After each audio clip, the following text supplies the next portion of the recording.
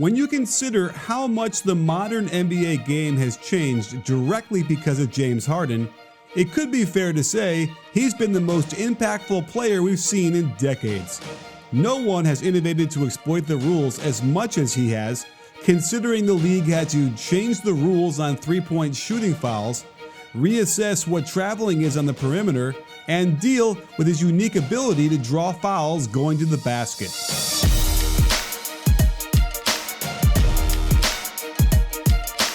While there are a few players who have adopted his step back from distance, few have mastered the preciseness of his gather, which enables him to appear to take an extra step when in fact he's just ending his dribble later than most people think.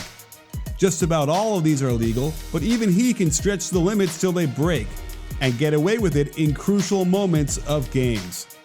But for the most part, his step backs are clean, not needing that perceived extra third step anyway. And this year, he's been demonstrating at an impressive rate how well he can make such a completely difficult shot. But his detractors are a loud bunch, and his success has polarized his popularity.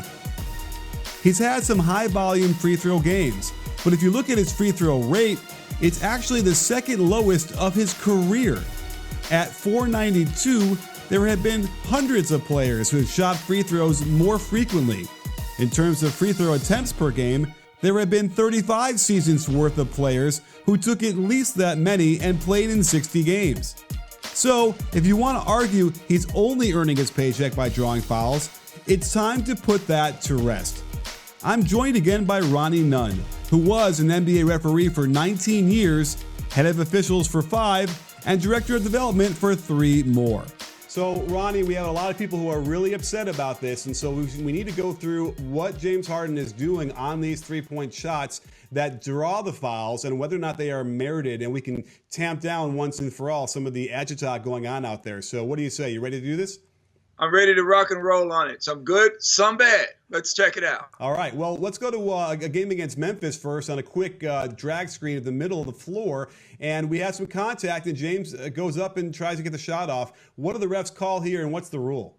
Well, here we go on a shot, the temp on a perimeter play where he does not have the ball in his hands for a two-shot foul attempt. In other words, you've got to have 2 hands on the ball when you're going up for a shot on the perimeter, and he doesn't. Now, this is something he created where the NBA had to make a rule interpretation that he cannot gather a ball with one hand, bring the other to it while he while he comes across an arm that's extended into him. This is a foul, no question, but it will not be considered a shooting foul. Sure. And Harden deserves credit for changing this rule, basically, because he became so good at that, and they had to do something because I think teams were just yelling bloody murder because it wasn't really a shot attempt without the hand on the ball. So I love the fact that they were able to clarify that, and I think that it's a credit to Harden for changing the game. No question. And, you would think the defenders and coaches leading the defenders on how to get around screens and when you're dealing with Harden is to definitely keep your elbow against your body as you go over the top, if you're going over the top. Let's look at another foul call here because, again, we get provocative with Harden on the clenching of arms as they get entangled. Again, I do not understand why defenders continually put their arms in his airspace knowing that it's what he's going to do. But what is a referee supposed to do on a play like this against Portland out in the left wing? The key is the official has got to process the play. I love the processing of the play on this one. He takes his time and makes sure what he sees, that the 2 hands are not part of this gather. He makes the signal, points down to indicate it is a floor foul, and will not give the 2 shots. Is it a foul? Absolutely. He's on it, and that's the nature of the foul, is going to go to the sideline if they're not in the penalty, but it is not a 2-shot foul. Are there moments when Harden will clench a guy's arm like that, and it'll be a foul on Harden? Yes, and I think it's a great question because that's the other side of it. He does upper clench.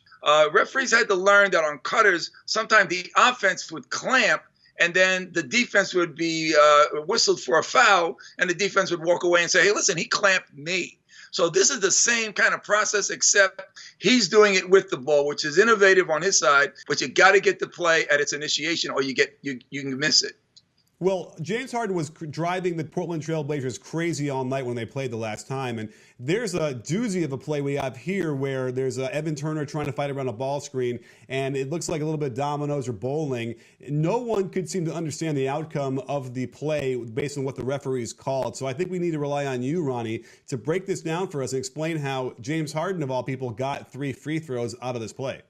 Well, most all of the calls that are off ball that can be a continuation usually occurs with players off the ball. For example, Harden could have had a shot and maybe there was a rebound issue. The ball goes in. The player that's fouled underneath his teammate would go to the line to complete a 3 or 4 point play, as it is in this case.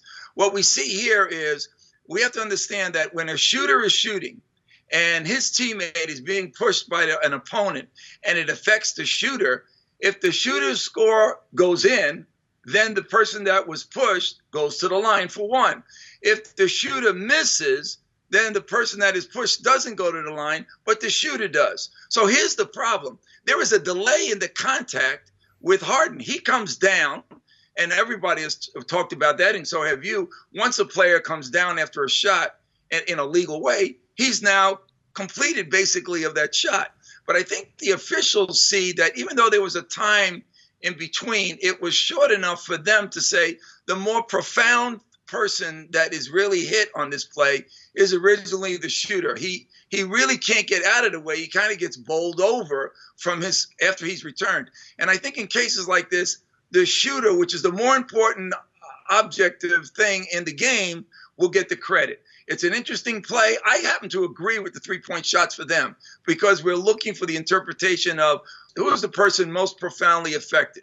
Great explanation, and I understand that now. I think still people were so upset about that, and I think the rule needs to be changed. I think that would really fix everything if they can say the shooter landed and then it won't ever be on him anymore. But certainly something they should be looking at as we go forward because we'll probably see more of those. But let's move on to the next level of how these shots are being officiated behind the three-point line with the airspace and landing in the airspace. Not a new rule, but certainly something that is Harden is exploiting because he does so many step backs off the dribble. So I kind of put together a little bit of a medley here for you, Ronnie, to discuss what the defenders are doing here on these plays that merit a foul and what they need to be doing to avoid that.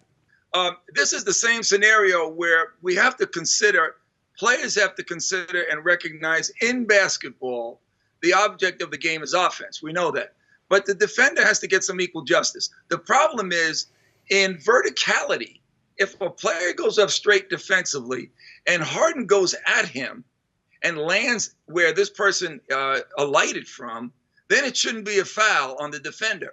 If you see every one of these defenders, they are trajectory towards, in a missile-like form on a slant, towards the shooter. Now, if we have two, we have a shooter, we have a defender, and it goes like this, or it comes down where he's down and he hits the foot, the ankle, the leg, the body, it is always going to be a defensive foul. This also tells all the officials continually referee the defender, and then you'll know if the offensive player has done something wrong.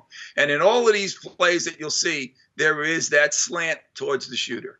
And even the slightest bit, like if your foot lands and then he kind of just sort of steps on top of your foot, it could be gently, that doesn't matter. It's the space around him that cannot be violated. That's probably, I don't think, how far do you think that space travels around his feet that you can't really be in as he's landing? Well, there's two things about the landing. Sometimes shooters, as Reggie Miller has created a little bit of this start, will spread their legs because the other defender's legs is almost in between. So if that leg is within the cylinder of that shot somehow, whether they're coming forward or going straight up the shooter, if the person is landing and the foot is in between it, that's and contact occurs, that's a foul. Now, don't forget, now this has become much more delicate and sensitive over the years because people have been turning, the shooters have been landing and turning their ankles on this. So this is why, and don't forget, an ankle turn could be a 3 or 4 week ordeal. So this is why they're putting a lot of attention on landing and making sure that your feet and everything are not where a shooter is going to land, because the injury and safety factor has become a big thing. So there's a strong emphasis on this play. Well, Ronnie, thank you so much for breaking this stuff down for us. And don't forget, sports fans, at B-Ball Breakdown, we're not a channel, we're conversations. You in? You in, Ronnie? I'm in, Coach. Waiting on you.